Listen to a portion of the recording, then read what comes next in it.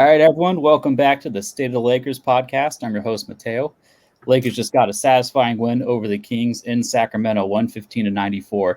One of those nights where we were blessed with a rare, excellent night from three, and Kyle Kuzma stepped up to be the star that we all want him to be. And so when those two things happen, they don't happen very often, but when they do, you know we can handle someone like the Sacramento Kings. So to talk about me with the game tonight is another homie I met through Lakers Twitter named Ben. How you doing tonight, man? Good. Just enjoying a win against the Kings. I wish we could play them like every game during this stretch. I know, and you see that Warriors-Raptors score today? It was like 70-something to 130. I was like, shit, I wish we could get a fucking Warriors game on, man. That'd be nice. That was crazy. You know, I saw the highlight. I haven't really looked into details of the box score yet, but yeah, I'll probably do that sometime after this. Yeah, I just know Curry didn't play there, but I saw that score. I was like, man, would be nice to just play a trash team like the Warriors, dude. Oh, no, not only that. Not only the Warriors, but remember, the Clippers lost by 53 earlier this year, too. I just want to put that out there. Hey, we have them next up, too, so hey, maybe we can get that 50-point dub. But focusing on this Kings game, man, what did you think of what you saw tonight from the Lakers? You know, I saw the Lakers really come out with really good energy, like, from the get. Like, I mean, they didn't play perfect, but the energy was there. I felt the whole game. The effort was there. And, you know, like I said, playing a team like the Kings, they're going to really allow you time, probably get your shots up a little bit better than playing the Bucks. Mm-hmm. I learned they were the worst defense in the league. I mean, one of the commentators was saying that. So always great to play a team like that, man. Oh, I mean, the eye test, you know, backs it up. Watching the game, I was like, they are so bad. Like, I couldn't believe how bad the Kings are. And, you know, Luke Walton is there coaching still. And, you know, how that connection is. Yeah, I loved all the jokes I was seeing on Twitter. Just like Kyle Kuzma just goes Super Saiyan when he sees Luke Walton on the other side of the side. He's just like, oh, fuck this guy. I'm going to score 30 right now. Yeah, Kyle feels nice to have a role for a change instead of just wondering what he's going to do from night to night. I know, right?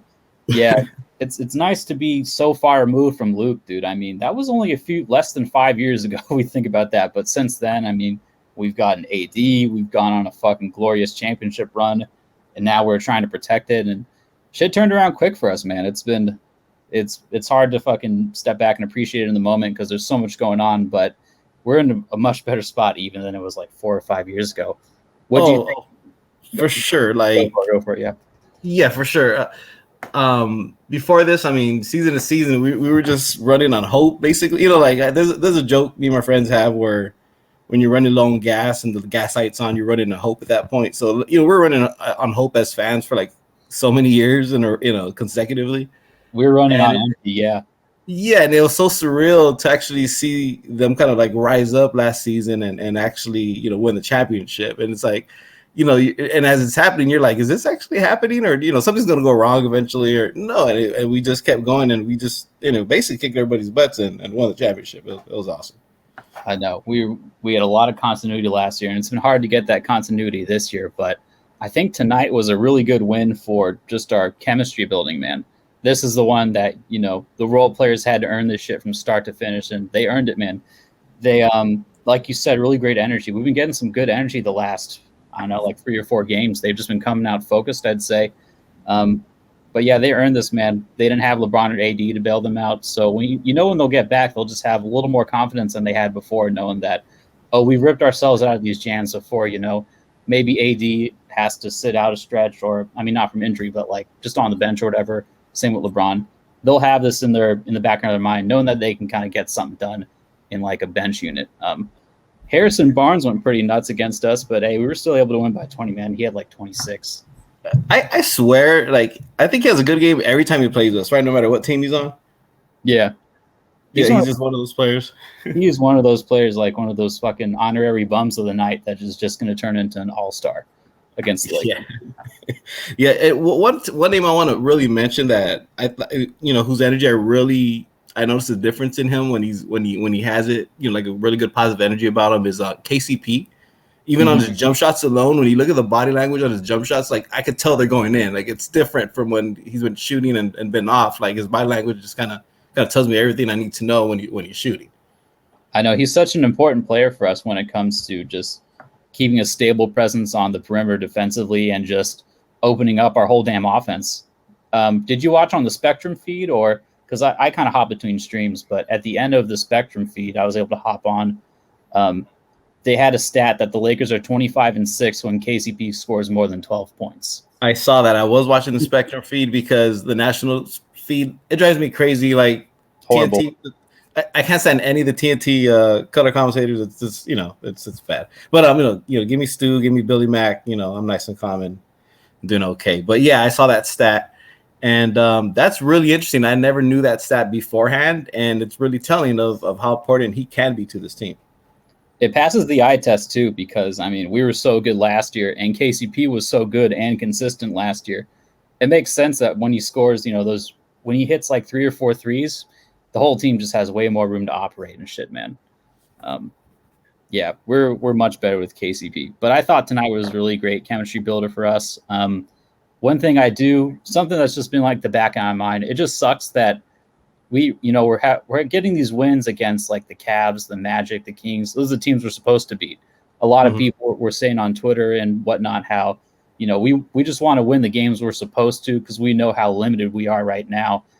Hey, good job on the Lakers. They went 3-0 in those games that they have to win. Now they're entering a really tough stretch where we got some potent offenses. I've noticed that if the other team has a bad offense, it gives us a bigger margin for error. So our offense has been pretty unpredictable. But if we get a Cavs or the Kings are missing some open shots tonight, they are just bad, man. You're talking to me. You're just I forget what exactly you said, but you're just like the Kings are just bad, man. Yeah, they are. Like it's just the only conclusion like I came up with, like watching them play. It's like wow, like because the Lakers were playing with good energy, but then there's the defensive effort on the Kings' part was just really bad. They could have fought the Lakers a lot harder, on a lot of drives and shots that they made, and it's I just think it's a product of what I'm guessing is the players are probably just tuning out Walton at this point, and you got to think that's the reason. Yeah, we've seen that before, dude. Just guys tuning out Walton and whatnot. Yeah, it just took LeBron to be here one season to convince everybody, like, yeah, that's not the guy. Mm-hmm. Yeah, the thing I wanted to get into though is it kind of sucks that AD and Bron aren't there on the floor to build that chemistry. I'm glad that Bron's been on the floor. He only went down a couple weeks ago, but AD's been out a while, man, and like half the team is new. I wish, what can we do? The guy got hurt, and it's also a plus that he's able to take a little bit of a mental and physical break from that short off season.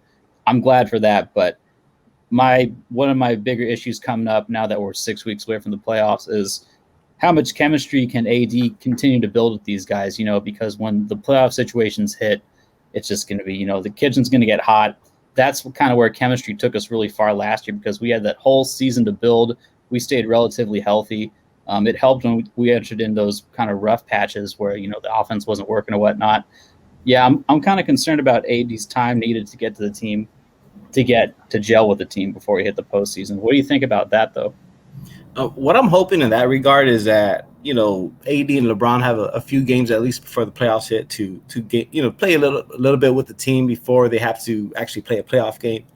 And hopefully the raw talent is enough where they can kind of get through that first round while trying to get that chemistry back. And by the time they hit the second round, everything's a little bit tighter. They kind of know where they fit in. That's my hope. Will that be the reality? I have no idea. Yeah, man. Yeah.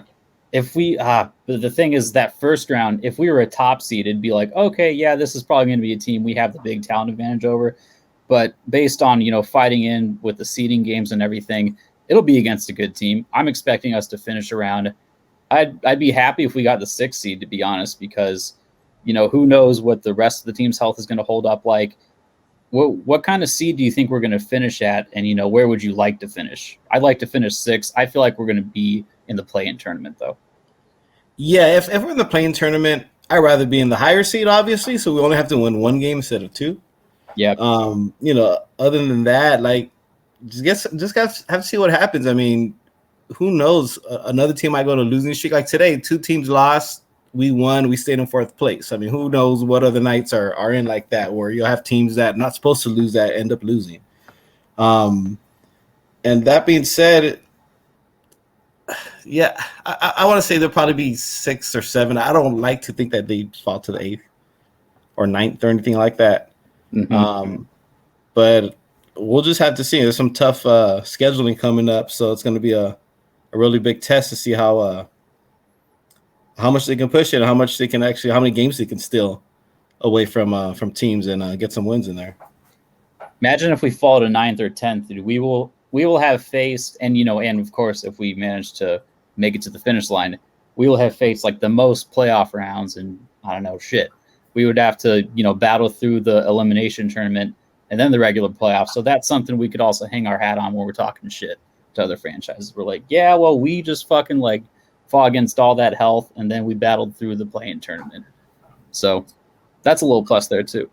Oh, for sure. And it's funny because, we got LeBron on our team, and he's just the type of guy and type of player to make something like that happen. So, once you have LeBron and you have AD, will there be some chemistry issues? Perhaps, probably. But I don't know. I really think the talent can overcome it once, and especially if they're healthy. If those two are healthy for a full playoff run, I mean, that gives us a really good chance. Yeah. Thankfully, AD's been going to all these games and stuff. I love how active he's being on the sideline. And, they say he's like another de facto assistant coach. That's great. But on-court chemistry is also a different thing, too.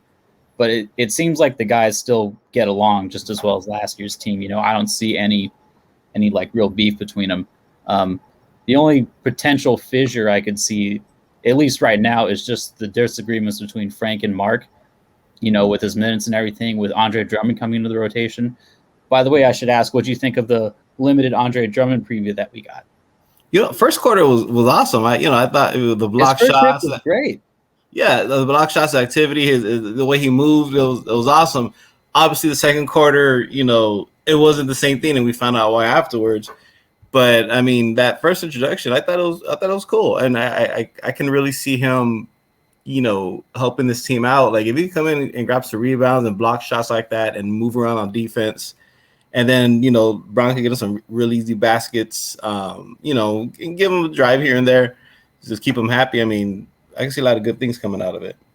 Yeah, I just want the full strength team back together, man, because I want to see Drummond, I want to see AD, I want to see LeBron, I want to see him healthy and hungry. All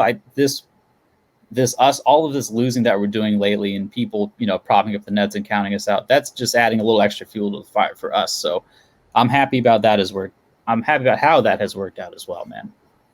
Yeah, for sure. I'm just waiting for the moment where, the Lakers are beat up and everything looks grim, and then just like in Avengers Endgame, portals start opening up. You see an AD pop out, LeBron, and then all of a sudden game's on. You know what I mean? I know. Maybe we'll get like a surprise. Like I don't know.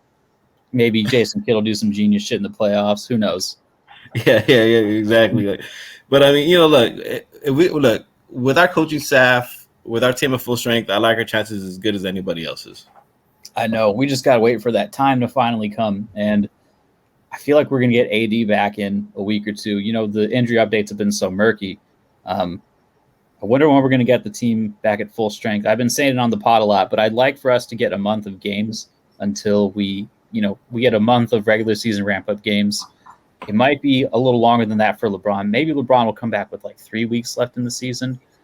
But I think 3 weeks is probably going to have to be good enough. It's like that beginning of the bubble, those bubble warm-up games. We looked bad, but we got accustomed to the bubble in those games, and I hope it's enough for us to gel and eventually win the championship.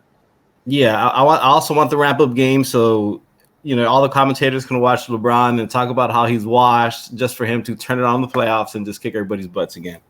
Yeah, I think for the most part, commentators probably respect him. I'd say, like 17-year-olds on Twitter with athletes in their avatar that are still virgins. I'd say they're mostly the ones that are calling him washed, Yeah, those every now and then I gotta stop myself and ask people like, wait a minute, how old are you? Because the stuff you're saying is not making sense to me. There has to be a mandatory way to check ages on Twitter, because that would just fix a lot of the discourse. Yeah, because you could just cut it off right at the front of it. I know there has to be a way to do it. So I hope you're listening, Jack. Have you been looking ahead to the Lakers' schedule at all? You know what? I haven't. Like I'll look ahead like 2 or 3 games ahead, but I a lot of times I'll just kind of keep track when they're talking about like an upcoming road trip. The game's coming up, and The day of, I'll look into it and look at the box scores, looking how teams are doing, but for the most part, to be honest, I've been busy with other parts of my life where I don't really get to concentrate as much as I used to. Life At least not late, but yeah. But no, that road trip coming up. Yeah, I'll tell you the game. So we got Clippers on Sunday. That's that 12:30 game, and then we have the Raptors Tuesday, Heat Thursday, Nets Saturday. That's good. No back-to-backs in there. Knicks, and then Hornets, and then Celtics, and then 2 against the Jazz, and then 2 against the Mavericks. So that's the schedule in the immediate. Are there any teams you think we could steal wins against in there, assuming that we don't get AD back yet? I don't know. It just depends who's playing, not playing. I don't know. Like the way our team is right now, I've been very happy with the defense. It's been very consistent. It's just the offensively, like, yeah, it's not going to be consistent. Today I think Kuz played really well. If you could do that every game, I'd give us a chance to win, more games. But I don't know if I'm gonna get that from Kuz every night. And we're also not going to get this team to shoot 50% from 3 every night. So right. We're not playing the Kings every night either. So. we gotta cherish those games while we have them. Yeah. I look at the schedule and I think that the Raptors did whoop the Warriors, but my friends I got one Raptors fan friend, and he's not very high on the team. He saw the score and he was like, "Oh, we suck. Why is this happening right now?" Yeah. That makes me think, "Oh, can we steal one against them?" It'll be in their building, but we just got to hope for them to have a bad offensive night just to keep us in it, just because I don't have a lot of faith in our offense right now. And, dude, maybe we could even steal one against the Celtics, just because I know they've been so up and down this year. Maybe we can steal one against them, man. I know that the Celtics. I think that's not unrealistic. They have a couple really good players in Brown and Tatum, but other than that, they're pretty vulnerable. I've seen a couple of games of theirs, and I've been surprised of how not strong they are as a team. Same here. I thought they'd be a little more, consistent, but I have a few Celtics friends, and I just see them complain about the team all the time. So that also gives me a little hope on our chances there. But I'm looking at the rest of the schedule. Clippers. That'd be hilarious if we could steal a win against them. Oh my god! Wait a minute. That's that's their championship game. Anytime they play us, it's that's the ultimate for Clippers and their fans apparently. It is, man. That's when they turn into Pippen and MJ on Christmas Day on opening night, and when it doesn't matter. So that'll be a tough one. But dude, I will laugh so much if we can steal one against them. And then we got the freaking Heat. I don't know if Oladipo's suited up for them yet. The Nets, they've just been playing good. That'd be great if we could steal one there, but not really banking on it. I'd say Knicks if we had LeBron, but they've been so hyped up and good lately with Julius Randle, and I feel like Julius, he'd want to beat the Lakers just because it's his old team, and the front office didn't really reward him for his time here. Magic kind of was just like, yeah, see ya. Yeah, I don't like the way he left, but in regards to playing the Knicks, that's another game I think that's gettable. It's not none of these are guaranteed. Let me say that, but that's a winnable game. Like, I think they have comparable talent. They're probably a little bit better and healthier than we are, but the way the Lakers play defense, I can see them keeping themselves in that game. Yeah, and then maybe we could steal one against the Mavericks after we handle the Jazz. We have 2 against the Mavericks there, not back to back, but just one day in between. And then we get a cushy opponent finally, the Magic. But that's not till the end of freaking April. So we literally have an entire month until we play like a shitty team, So. Yeah. Well, all we need is a little bit of luck in between now and then, and I think we'll be okay. Yeah, but AD or Braun could be coming back for some of these games too.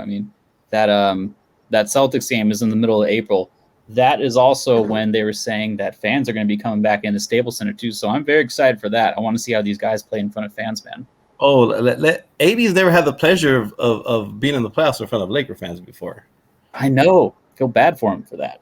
He's missing out. I think Brown's even said that much where that's all he wanted for AD was to experience it with a crowd. If AD can suit up for that game and we drop banner 17, because they said they wouldn't drop it until fans were back in the building. I think Harrison Fagan tweeted something like that. If they could drop the 17th banner in front of the Celtics, who held on to their 17th banner with dear life because that's all they had going for them, that would be glorious, man. And AD comes back to the applause of the fans. Yeah. That's something to look forward to. Yeah, I was gonna say they also won most of their championships when everybody just dribbled with one hand. This is true, and we like to bring it up, and they like to forget that. But that was a great win against the Kings, man. A freaking 20-point blowout. We needed that. I was thinking best case scenario, maybe it's a close game and we win, but nah, dude. We got lucky with a great night from 3, 50%. Kuz with that 30-point night. 5 guys scored in double figures. Kuz, Schroeder, Pope, Morris, THT. We out rebounded them 54-38. That was a great game, man. You got any final thoughts on that one? I just like that they're figuring out ways to win games without our superstars, and it has to be tough trying to figure those things out after you played a certain distinctive way for like most of the season. And so the fact that they're starting with defense, and after that, like they get out and run and getting easy baskets, and they kept the effort consistent. Like they didn't come out flat in the second half. Like they kept it up and they won the game convincingly. Yeah, they did, man. And it was nice to see the basketball gods finally, bless them with a treat from 3-point land, because it's been rough for the last month or so from 3, maybe even longer. Yeah. It's been really bad, and I keep telling myself that they have to, I know they start off really hot, then they got really cold, but they have to level off again. It's the law of averages. Yeah, it is, man. I think that wraps about everything up right now, man. Thanks a lot for coming on. Not a problem. Thanks for having me. Anyone wants to follow me out on Twitter, I'm at at Ben's Headspace, underscores in between the words, and I'm always putting out photoshops and artwork, and just kind of having fun with the Laker community and just cheering on our team. Yeah, Ben does some really great stuff. Has a mixture of Marvel art, but also Laker related too. So it's a nice juxtaposition. But thanks a lot for coming on, man. We'll do this again soon. For sure. Thanks, man. You guys have a good night. All right, take it easy, man. Later.